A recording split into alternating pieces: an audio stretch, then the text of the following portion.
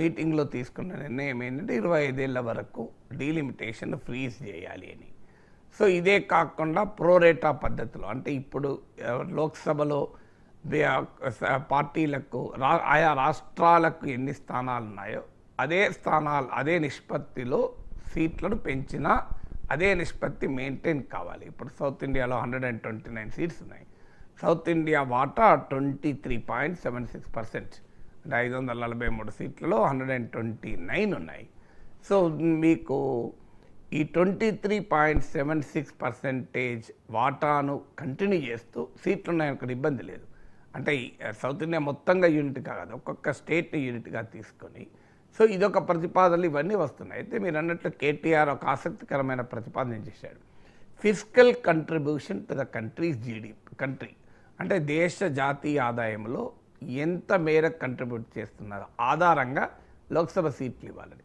వాస్తవంగా ఈ వాదన అంటే సౌత్ ఇండియా ఎక్కువ కంట్రిబ్యూట్ చేస్తోంది కానీ తక్కువ తీసుకుంటోంది, యూపీ బీహార్ లాంటి పార్టీలు ఎక్కువ తీసుకుంటున్నాయి తక్కువ ఇస్తున్నాయి, ఈ డిబేట్ చాలా కాలం ఉంది. ఈవెన్ చెన్నై మీటింగ్లో రేవంత్ రెడ్డి కూడా గణాంకాలతో సహా చెప్పాడు.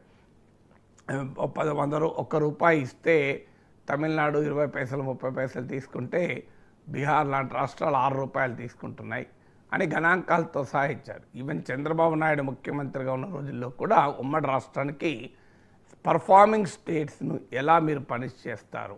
సో అప్పుడు ఆ రోజుల్లో ఉమ్మడి ఆంధ్రప్రదేశ్ సంపన్న రాష్ట్రం, సంపద పెరిగింది, మా ఆర్థిక వృద్ధి పెరిగింది అని చంద్రబాబు నాయుడు పదే నివేదికలు ఇచ్చేవాడు. సో అది ఫైనాన్స్ కమిషన్, ప్లానింగ్ కమిషన్ దగ్గర పోయినప్పుడు మీరు ఆల్రెడీ సంపన్న రాష్ట్రం కదా మీకెందుకు నిధులను తగ్గించారు. సో మనం చేసుకున్న పబ్లిసిటీ మనకే దెబ్బ తాకింది. సో అప్పుడు చంద్రబాబు నాయుడు కూడా రైజ్ చేశాడు ఈ అంశం. సో పర్ఫార్మింగ్ స్టేట్స్ను మీరు ఎలా పనిష్ చేస్తారు అని. సో అందువల్ల సౌత్ ఇండియా నుంచి ఈ ప్రశ్న వివిధ రూపాల్లో వస్తుంది. ఎందుకంటే జనాభా ప్రాతిపదిక 1971 సెన్సస్ ఆధారంగా లోక్సభ సీట్ల డీలిమిటేషన్ జరగడమే కాదు, ఫైనాన్స్ కమిషన్ నిధుల పంపిణీకి కూడా 71 సెన్సస్నే క్రైటీరియాగా తీసుకుంటూ వచ్చారు. ఎందుకంటే ఈ పాపులేషన్ అంటే రాష్ట్రాలకు ఫైనాన్స్ కమిషన్ నిధుల్లో 2 రకాలు ఉంటాయి. ఒకటి వర్టికల్ డివల్యూషన్ అంటారు, 2 హారిజంటల్ డివల్యూషన్ అంటారు. వర్టికల్ డివల్యూషన్ ఏమో కేంద్రం నుంచి రాష్ట్రాలకు ఎన్ని నిధులు ఎంత పర్సెంటేజ్. ఇప్పుడు 41% కేంద్రం నుంచి రాష్ట్రాలు, 42% యాక్చువల్గా, 1% జమ్మూ కాశ్మీర్కి ఇచ్చాక 41%. ఇది వర్టికల్ డివల్యూషన్. హారిజంటల్ డివల్యూషన్ ఏంటంటే కేంద్రము రాష్ట్రాలకు రాజ్యాంగ రీత్యా ఇచ్చేటువంటి నిధుల్లో ఏ రాష్ట్రానికి ఎంత ఇవ్వాలి, ఏ ప్రాతిపదిక మీద ఇవ్వాలి, దీనికి అనేక రకాల క్రైటీరియాను ఫైనాన్స్ కమిషన్లు సూచిస్తూ ఉంటాయి. సో ఫైనాన్స్ కమిషన్ రాజ్యాంగబద్ధమైన వ్యవస్థ, అది మ్యాండేటరీ. కేంద్ర ప్రభుత్వం వాటిని ఆ ఫైనాన్స్ కమిషన్ ఇచ్చినటువంటి ఫార్ములా ఆధారంగానే రాష్ట్రాలకు నిధులు కేటాయిస్తారు. అందులో ఒకటి population density, income distance criteria అంటారు. అంటే ఒక రాష్ట్రానికి ఉండేటువంటి ఆర్థిక ఆదాయ అవసరాలేంటి, ఆ రాష్ట్రానికి ఉన్న ఆదాయ వనరుల సామర్థ్యం ఏంటి. ఎందుకంటే ఒక ప్రభుత్వ విధానాల వల్లనే ఒక రాష్ట్రానికి ఆదాయం అనేది ఆధారపడి ఉండదు. ప్రభుత్వ విధానాలు చాలా కీలకం. కానీ ఉదాహరణకు జమ్మూ కాశ్మీర్ ఉంది, ఉదాహరణకు మణిపూర్ ఉంది. ప్రభుత్వం ఎంత సమర్థవంతంగా పనిచేసినా అవి బార్డర్ స్టేట్స్, అనివార్యంగా అక్కడ సమస్యలు ఉంటాయి. అలాగే ఉత్తరాఖండ్ ఉంది, అరుణాచల్ ప్రదేశ్ ఉంది. వీటి నైసర్గిక స్వరూపం రీత్యా కూడా అనివార్యంగా వాటి రెవెన్యూ జనరేషన్ కెపాసిటీ తక్కువ ఉంటుంది. సో అందువల్ల వీటన్నిటిని క్రైటీరియాగా తీసుకుంటారు. వన్ ఆఫ్ ద క్రైటీరియా, కీలకమైన క్రైటీరియా పాపులేషన్ ఎంత ఉంది అని. సో అందువల్ల జనాభా నియంత్రణ చేపట్టడం మొదలయ్యాక సౌత్ ఇండియన్ స్టేట్స్ రైజ్ చేశాయి. సేమ్ పొలిటికల్ రిప్రజెంటేషన్ రీత్యా ఏ క్వశ్చన్ అయితే రైజ్ చేసిందో, ఫిస్కల్ డివల్యూషన్ రీత్యా కూడా అదే క్వశ్చన్ రైజ్ చేస్తే అప్పుడు 1971 సెన్సెస్ ఆధారంగానే ఫైనాన్స్ కమిషన్లు ఇస్తూ పోయాయి. 14th ఫైనాన్స్ కమిషన్లో మొదలుపెట్టారు. కాదు, 2011 సెన్సెస్ ఆధారంగా కూడా నిధులు ఇవ్వడం మొదలైంది. ఇప్పుడు లేటెస్ట్ ఫైనాన్స్ కమిషన్కి వచ్చే వరకు 2011 సెన్సెస్ ఆధారంగానే ఇస్తున్నారు. ఇక్కడ నుంచి తాజా సెన్సెస్ ఆధారంగా ఇస్తారు. దీనివల్ల రాష్ట్రాలు భారీగా నష్టపోతున్నాయి. ఇప్పుడు తమిళనాడు లాంటి రాష్ట్రం 20,000 కోట్లు నష్టపోతుంది. తమిళనాడు కాదు, కేరళ, కర్ణాటక, తెలంగాణ, ఆంధ్ర అన్నీ నష్టపోతున్నాయి. ఈ ప్రశ్న ప్రాంతీయ పార్టీల నాయకులు ఆ బీజేపీతో ఉన్న సంబంధాలను బట్టి మాట్లాడుతూ ఉంటారు. సో అందువల్ల ఈ ఇష్యూ మీకు వివిధ రూపాల్లో చెన్నై మీటింగ్లో రేవంత్ రెడ్డి రైజ్ చేశాడు, కేటీఆర్ రైజ్ చేశాడు. అందువల్ల ఫైనాన్షియల్ డెవల్యూషన్ వరకు ఈ ఇష్యూ కరెక్ట్. ఎందుకు మరి పర్ఫార్మింగ్ స్టేట్స్ను పనిష్ చేయాలి?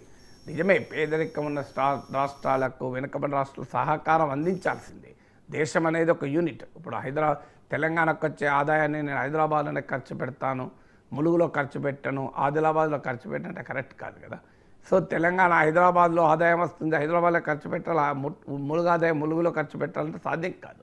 రాష్ట్రం అనేది ఒక జాగ్రఫికల్ యూనిట్ కనుక, దేశం అనేది ఒక పొలిటికల్ జాగ్రఫికల్ యూనిట్ కనుక, ఒక పేద రాష్ట్రం ఏదైనా ఉంటే దానికి సంపన్న రాష్ట్రం సహకరించాల్సిందే, అనివార్యంగా చేయాల్సిందే ఆ పని. కానీ ఇది ఏమవుతుంది అంటే అవసరాన్ని బట్టి అందుకోవడం వేరు, ఒక పేదరికాన్ని, బ్యాడ్ గవర్నెన్స్, బ్యాడ్ పాలిటిక్స్ వీటిని ఇన్సెంటివైజ్ చేస్తుంది. అంటే మీరు పనికిమాలిన పనులు చేస్తూ ఉండండి, మీ రాష్ట్రం అభివృద్ధి కాకుండా ఉండండి, మీరు అలాగే కులంలో కొట్లాడుకోండి, మతంలో సావండి, మీరు అభివృద్ధిని పట్టించుకోకండి, మేము మీకు డబ్బులు ఎక్కువ ఇస్తూ ఉంటాం. ఇది ఎక్కడి విధానం? సో ప్రోగ్రెసివ్గా ఉన్న స్టేట్స్ ఏమో పనిష్ అవుతున్నాయి, పర్ఫామ్ కాని స్టేట్స్కేమో ఇన్సెంటివ్ అవుతుంది. ఇప్పుడు క్లాస్లో మార్కులు ఫస్ట్ ర్యాంక్ వచ్చిన నువ్వు ఇగ్నోర్ చేసి ఫెయిల్ అయిన వాళ్ళందరికీ గోల్డ్ మెడల్స్ ఇచ్చుకుంటూ కూర్చున్నాం అనుకోండి. ఫెయిల్ అయిన వాళ్ళని ఎంకరేజ్ చేయాలి. అది ఇవాళ కాకపోతే రేపైనా మళ్ళీ అవుతావు, బాగా కష్టపడి చదువు నాన్న, నీ తప్పే అనుకోకు, ఏదో ఒకసారి ఫెయిల్ అయితే మళ్ళీ fail car, failure is the stepping stone to success, ఇలాంటి ఉపన్యాసాలు మాయిస్తాం. కానీ ఫస్ట్ ర్యాంక్ వచ్చిన వదిలేసి ఫెయిల్ అయిన గోల్డ్ మెడల్ ఇస్తే ఎట్లుంటుంది? సో ఇప్పుడు జరుగుతున్నది అదే. అందువల్ల ఫైనాన్షియల్ అంశాల్లో ఈ క్వశ్చన్ రైట్, కానీ పొలిటికల్ అంశాల్లో లోక్సభ సీట్ల గురించి అడిగారు. ఆచరణలో సాధ్యం కాదు. ఎందుకంటే ఫైనాన్షియల్ కంట్రిబ్యూషన్, జీడిపికి ఒక రాష్ట్రం వాటా అనేది ఇయర్ మారుతుంటుంది. It's not standard. ఈవెన్ ఇయరే కాదు, క్వార్టర్ కూడా మారుతుంది డేటా వచ్చినప్పుడల్లా. ఓవరాల్గా స్టాండర్డ్ ఉండొచ్చు. అయితే ఒక పాయింట్, ఈ ప్రతి డీలిమిటేషన్ అప్పుడు లాస్ట్ 25 years ఎవరైతే తీసుకొని చేయొచ్చు కావాలనుకుంటే, ఎవ్రీ ఇయర్ మారినా కూడా లాస్ట్ 25 years ఆధారంగా చేయొచ్చు. కానీ డెమోక్రసీ యొక్క మూల సూత్రమే adult franchise, universal adult suffrage అంటారు. అంటే డెమోక్రసీకి ప్రాతిపదిక ఏంటి? ఒక మనిషి ఒక ఓటు, 1 man 1 vote. అందుకే అంబేద్కర్ అంటాడు, ఈ క్షణము నుంచి రాజకీయ వ్యవస్థలో మనం ఒక మనిషి ఒక ఓటు అనే సమానత్వ సూత్రాన్ని తీసుకొచ్చాం.